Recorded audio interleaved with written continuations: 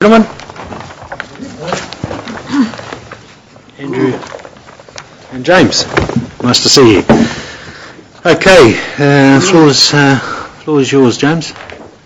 To report on the tender contract for the pedestrian space upgrades on Taupo Street, and the report is as read, and I'll take any questions. Okay, any questions of James or Andrew? Pretty straightforward. Councillor Harvey? I may have missed it, but where are TR Construction from? TR Construction? Yeah. Here in Taupo. Councillor Park? Thank you. Just to clarify, part 2 of the recommended resolution is about the amount for unforeseen work of $40,000. Is that just to protect between the engineer's estimate and the actual tender that we're being asked to agree to that? Yes. Thank you. Cool, pretty straightforward. Councillor Jollins? Just through the chair, thank you, Your Worship. Just a couple of questions from me. How long do you think this project will take, and when is it going to start? And have we, sorry, I'm firing a few, and have we looked at or talked to the local businesses that will be impacted by works outside the front of their premises? The tentative start date is the 10th of August. The program should run about 3 months, weather permitting and so on. The local businesses have been contacted already, and we have an email list group generated for them so that we can keep them abreast of the progress and any changes. And then, of course, once we start construction on a daily basis, if any matters arise, we'll address them as they come up. Perfect, thank you. Thank you, James. Yep, it's a good question, Councillor, because, we do tend to hear, if we can be advised too if there's any delays or anything like that, that would be great as well. Okay, any other questions or queries? All right. Just through the chair. Mr. Bowden has been through the experience with the redo of Hugh Street, so I've got utter confidence in the team sitting us before us. So I'm quite happy to move the recommended resolution. Thank you, Councillor Park. Do we have a seconder for the resolution? Councillor Harvey? Thank you very much. All right, it's been moved and seconded. All those in favour, please say aye. Aye. Against? Carried. Thank you very much, gentlemen. Item number 5, interior cleaning of council facilities. Julie. Hello, Julie.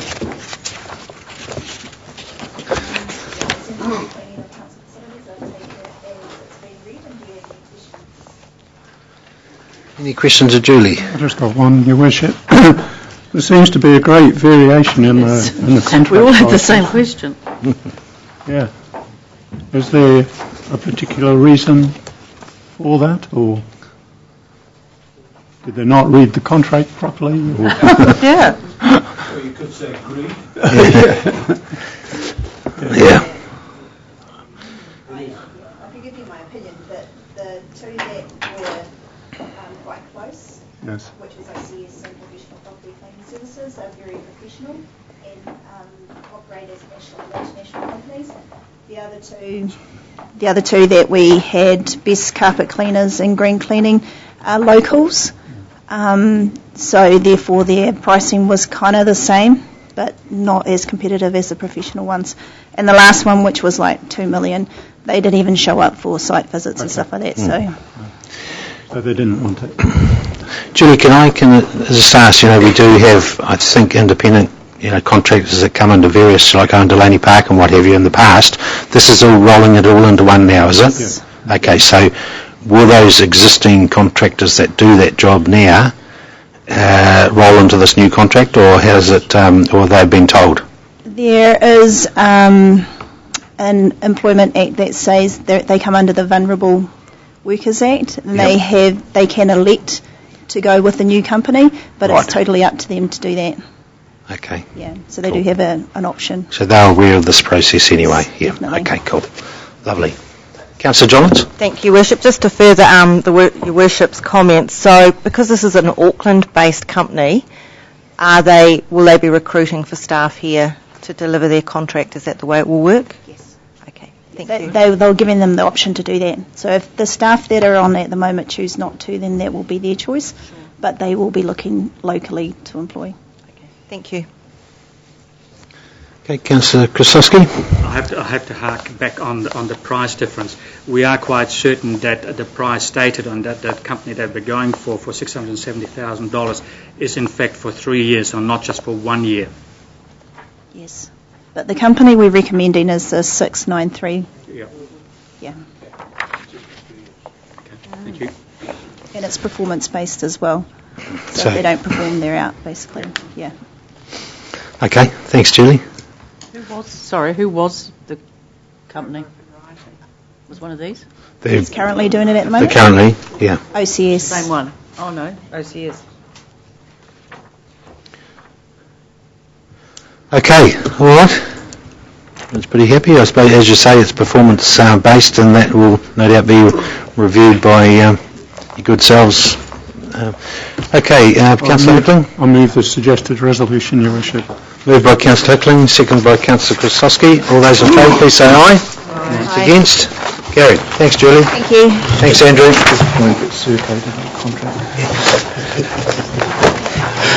Too busy with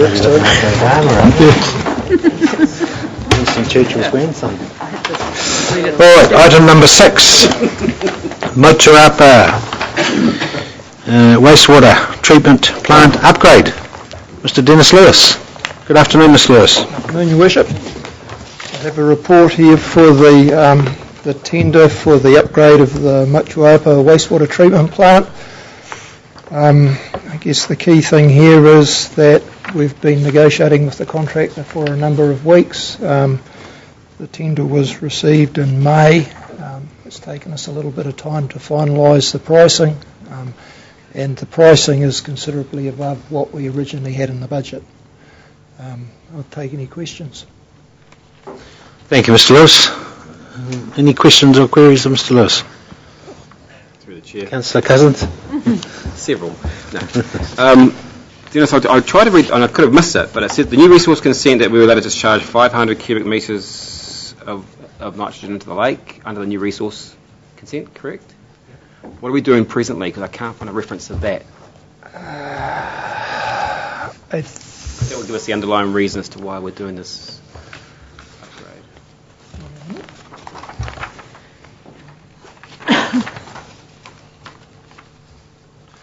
The current discharge standard for total nitrogen, the 75 percentile, is 35 milligrams per litre, up to a maximum of 40 milligrams, and the new discharge consents for the 90th percentile was 35 milligrams, and the maximum kilograms per day was 4.5.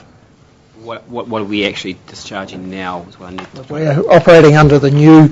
We've been operating under the new consent conditions from November 2013. Yes, but are we currently meeting that? Yes, we are currently meeting that.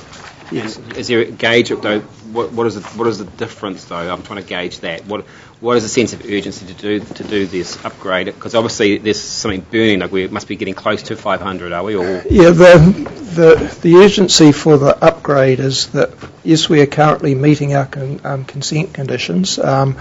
Motuapa, like a number of the lakeshore settlements, is subject to seasonal fluctuations during the summer period. And during the summer period, not this previous summer, but the summer before, we had some difficulties meeting our consent conditions because of those that summer influx.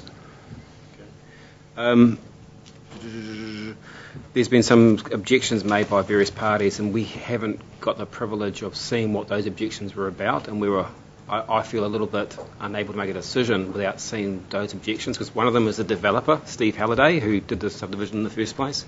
Yeah, I tried getting hold of him, but he's offshore. Okay, those objections are made to Waikato Regional Council. Right. Through there, because the consent application is made to Regional Council. Are we able to cite those or not, do you think? And certainly get the information for you, yeah. I just want to make sure, I understand what the community's rejection is, or some members' rejection, and I feel I should have that understanding before I can make a decision. I'm not saying we don't want to do this, but... The objections were largely around the landscaping of the plant for trees and odour. Because the developer still owns 26 section block, which is subject to subdivision consent, I think, but there must be a reasoning why. Yeah, I'd just like to have a handle on that. That's just from my perspective. Thank you, Dennis. Okay, Councillor Johns. Thank you, Worship. Mr. Lewis, just a couple of quick questions from me. Where are we at in the planning or in the process for connecting the Motuopa residents to our town supply for potable water?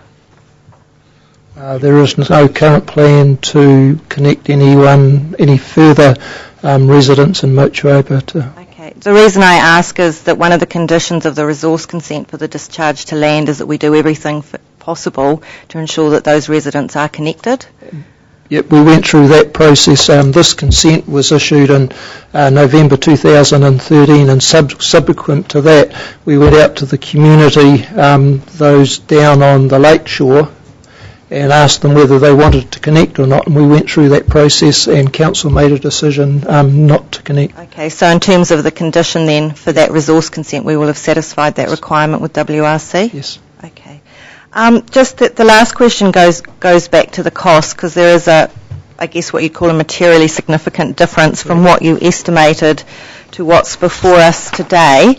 Can we just get an understanding of what's driving those costs? Because there are two other line items that we're looking at funding from, and I just need to understand why and what the implications are for those other items, please. The primary difference in the cost is the original cost of $700,000, which was provided by one of our advisors, was based on a concept design. There was no detail to that concept, and as the design was developed, then it became obvious that original estimate was too light, and that's principally essentially what they were proposing in the original concept designs were what we've got seen through into the detailed design. It's just their estimates were too light. Okay. So that would have been factored in at the resource consent discussions with the design? No? No, the concept design was done after we'd received the resource consent conditions. That way we knew what we were needing to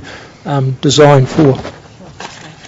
Just in terms of those other line items that we are seeking to reallocate to fund this, what are the implications for these?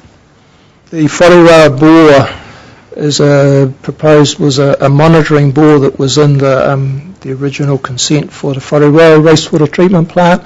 The ground conditions there are such that the water table is estimated to be somewhere in the order of 100 to perhaps 150 metres deep, and it's just not practical to put in a monitoring board to monitor groundwater because we can't reach it. You can't get to it. Okay. And with Acacia Bay, that was in anticipation of certain consent requirements under the new consent we're seeking, and at this stage we've got every indication that all that we'll need to be doing out at Acacia Bay is some upgrade to the underground soakage fields, which would free up that funding. Sure, and I guess that's partly a function of our growth projections and the demand. It's partly growth projections, but it's also negotiations with the regional council to get some good outcomes for council. Okay, and the last question is around the number of people that put in tenders. You only had one. Yes. And there is a comment there that no one else really seemed interested. Can you elaborate as to why? I'm just trying to understand what's it. We did phone or speak to a number of contractors. They indicated they may or may not be interested at some further stage. I think that's largely attributable to the market. Motuopa, despite being in a great place, is not really central to any process engineering constructors, if you like. So it is a little bit out of the way, and there's a lot going on in this particular market at the moment. Right. Thank you, Mr Lewis. And through the Chair, if I can just add to what Dennis said about the financials, this is one of those scenarios we come across when we have to do our budget so far in advance of the financial year. We can only take what we've got at that particular point of time, even though it might be work in progress. So at that particular point of time, all we had was the high-level draft from the external parties. And you're talking around about September, October last year when we had to come up with the initial figures for the long-term plan draft. Okay, Councillor Krasowski. Yeah, thank you. Thank you for those questions, Councillor Fiona. Two questions. So the overall all-up cost will be $2.264 million. Am I correct in saying that? 1.464. The construction contract is 1.46. Yeah. And there's a... The all-up total cost. Because you say here on 6/4 under conclusions, it will be 1.464 million for the construction, and then an additional funding of approximately 800,000, which would make it 2.264 million. Incorrect. We have 700,000 currently in the budget. We're seeking 800 additional, so it would give us a total of 1.5 million. So, okay, The total all-up cost of the project, 1.5. 1.5, okay. And the last question, therefore, is will we be revising our asset management plan on those figures? Because the asset management plan that I saw would not have had those figures in there. The asset management plan that you saw would have been the 2015 version. This is funding that was allocated in the 14-15 year, so it wouldn't now appear in the asset management plan. Okay. Thank you. Sorry, I just had one last question, if I may. Yeah, Councillor Park was next, sorry. Yes, thank you. Just in with the conclusion that additional funding of 800k, physical upgrade works as well as consultants and electrical associated work, and the resource consent conditions, it talks about lakeshore monitoring plans and alike. Are those included in that 800k? No, that's included in the other OPEX monitoring budgets. Right, okay, thank you. Great. Councillor Jollins. Sorry, my question was very similar to Councillor Park's, and so we have the framework and the infrastructure to do the monitoring that's required around this new plant? Yes. Okay, thank you. Okie dokie. Councillor Harvey? I tend to agree with Zane that we may need to get some more information about, just the background of it, and perhaps we should look at just gathering some more information and retendering. How urgent is this? We face the danger over the coming summer that if we haven't implemented the upgrade, then potentially we don't comply with our consent. You raise the risk that you re-tender, that you may or may not get any more tenderers, and you may or may not get a cheaper price. Dennis, you mentioned the main basis of the objections were around landscaping and mitigation type. There was mitigation of landscaping and odour. Was that addressed through the regional council process, or? Yes, that's included in the consent conditions. Okay. So you're confident that those issues. And part of the cost in the upgrade is for odour control. Yeah, cool. Just with the whareroa, I understand your explanation with that, and then the Acacia Bay wastewater treatment plant, and these are in the 14-15 line items? Whareroa was in 14-15, I think Acacia Bay.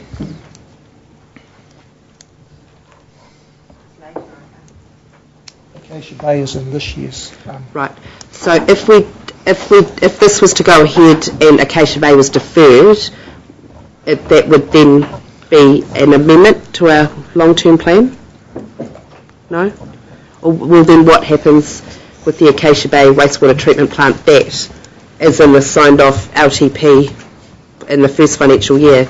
What happens to that project? Because, I mean, we just can't defer a pot of money when it's not actually within our budgets? The actual project will still, to some extent, be implemented. It's just a matter of when. So it might move from one year to the next type of thing. But that's just a adjustment within your annual plans. It's not significant enough to go out and do a change to your long-term plan. Yeah, I understand that, but I'm just, with the way we do long-term plans, and next year we don't actually have an annual plan process as such. I'm just wondering for this project how that sort of moves forward. We do actually have an annual plan. It's just that we don't have to go out and consult unless it's of a significant difference to the long-term plan. So we just keep moving it until the money sort of... Well, until the resource consent is signed off by the regional council, and some of our resource consents have taken 5 or 6 years to come through. So we've budgeted and then had to keep rolling things. So it's one of those unfortunate examples of being able to tick for a date. Great, okay, thank you. Okay, any other questions or queries of Dennis? Just a general. One tender. Just a general comment. I'd like to re-tender. That's just notwithstanding all the work you've done, Dennis, or the team has done. I just think it's prudent governance to try. That's my suggestion. Through the chair, the only issue there is probability of breaching the resource consent over the summer period, because the timing to re-tender and then get the tender approved by council would not allow us to get the work done before the summer. And what fine, what they do to us? What's the repercussion? We re-tendered, you're probably looking at a month for the tender process kicking off, say, next week. So it'll be the end of August, tenders close. Tenders would be considered by council in September, allowing a couple of weeks to engage and do the preliminary works. That'd be early, mid to late October when the contract kicked off. It's probably about a 3-month contract, so it's October through to into January possibly. So my question was, what are the repercussions from regional council if we don't breach our resource consent? What are they going to do to us? Well, might correct me, but fines of $50,000 per breach. Would that be about right for a resource? Yeah, it's of that order. Whether they would do that or not, that's why I was... Well, again, that's the risk that you were trying to point out earlier on, is that we've already been warned once, which is why we're in this situation. So we've been warned 2 years ago. We've entered into a process of getting the resource consent to correct the issue. We've tendered to correct the issue. If we ignore that opportunity, then we heighten the risk of prosecution for any future breaches. That's what you're saying, isn't it? Yep. So we've already been warned. Can we... I don't know if we've been given an official warning. Have we been given... So we haven't been given an official warning in writing. We've just been told that we have breached. Okay. So we have actually discharged more than 500 cubic metres into the lake? The breaches more relate to odour. Okay. Which is probably not going to come back, but that's probably poor council planning for allowing a subdivision right next door to a poo pond, so to speak, isn't it, really? That's historical. I still would like to see it deferred to re-tender. That's just my take. Okay, all right. We've got a suggested resolution there. Councillor Cousins has suggested that we defer it. Is he any support for that, or... Can I make a suggestion? Do we have the opportunity to go back to this tenderer to see if they will reduce their price? We've already undertaken that process over the last couple of months, and the tender price has been reduced by about 100,000. And that's more about trying to do things smarter rather than cutting the bottom line, so to speak. Okay, all right. I through the chair, I would support Councillor Cousins on this. I appreciate and understand the need to meet our resource consents, and we have a process and a path that we're going down to do that. It's just that there's difference in what was budgeted, and I understand what you're saying, Mr. Lewis, but it is significant.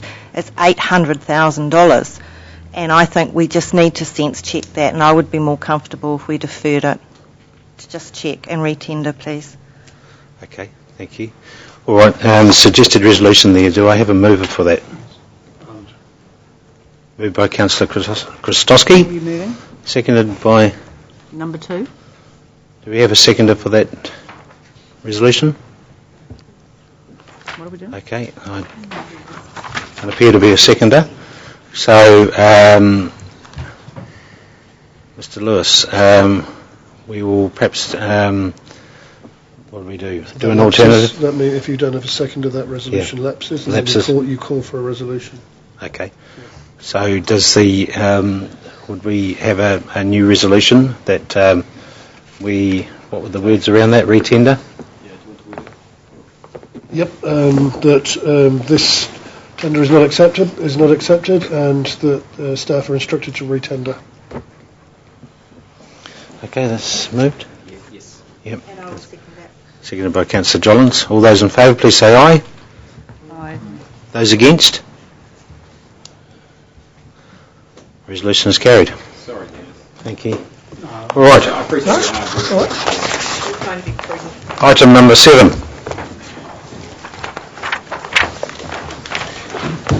Receipt of final... Hello, Chloe. Tēnā koutou katoa. Ki Tēnā te pai koutou. Pai. Hey. Ki te pai. Excellent. Okay, receipt of the final statement of intent documents from council-controlled organisations, which you have an attachment there, which has got them all on there. Yeah, so I won't go through everything word by word. I'll take the item as read and the attached final statement of intent.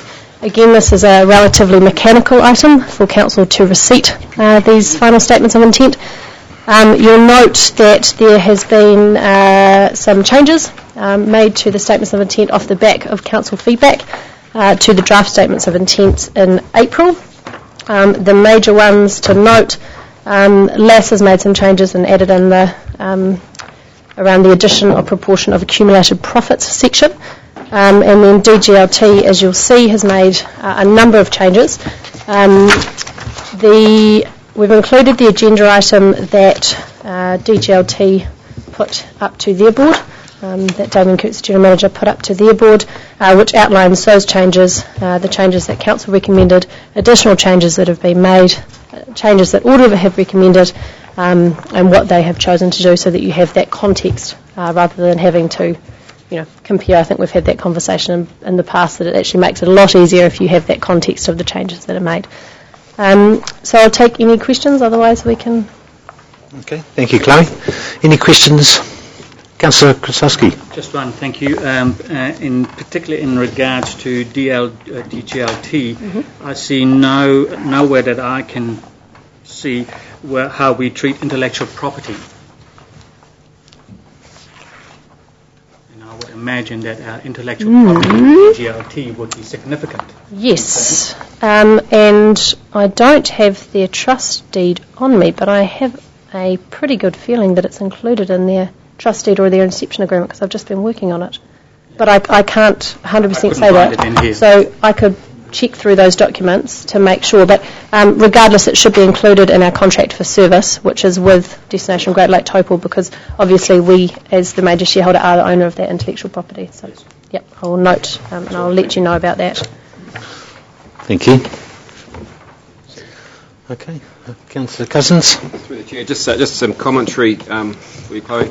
We've had a change of guard with some various people, like Steve's here, Damien's here, and I want to say that I'm loving the change from our community's perspective, and I really buy into the whole DGLT and events kind of thing now. I know if John Body was here, he'd be having a heart attack, clutching his chest if he ever say that. But I really am impressed. So. Fantastic. No, I will ensure that feedback is passed on to the DGLT board, and obviously there's some behind me, but we'll make sure it goes to the board as well. Thanks, Zane. He's probably just collapsed in Russia somewhere. Yeah. The board may collapse as well, but we will see. All right. Okay, thanks, Chloe. Thank you for putting all those together, and to acknowledge Damien and Steve down the back there too from those various organisations. So we have a suggested recommended resolution there, that we receive the statements of intent. If I could have a mover, please. Councillor Cousins, thank you. Seconded by Councillor Hickling. All those in favour, please say aye. Aye. Those against? Carried.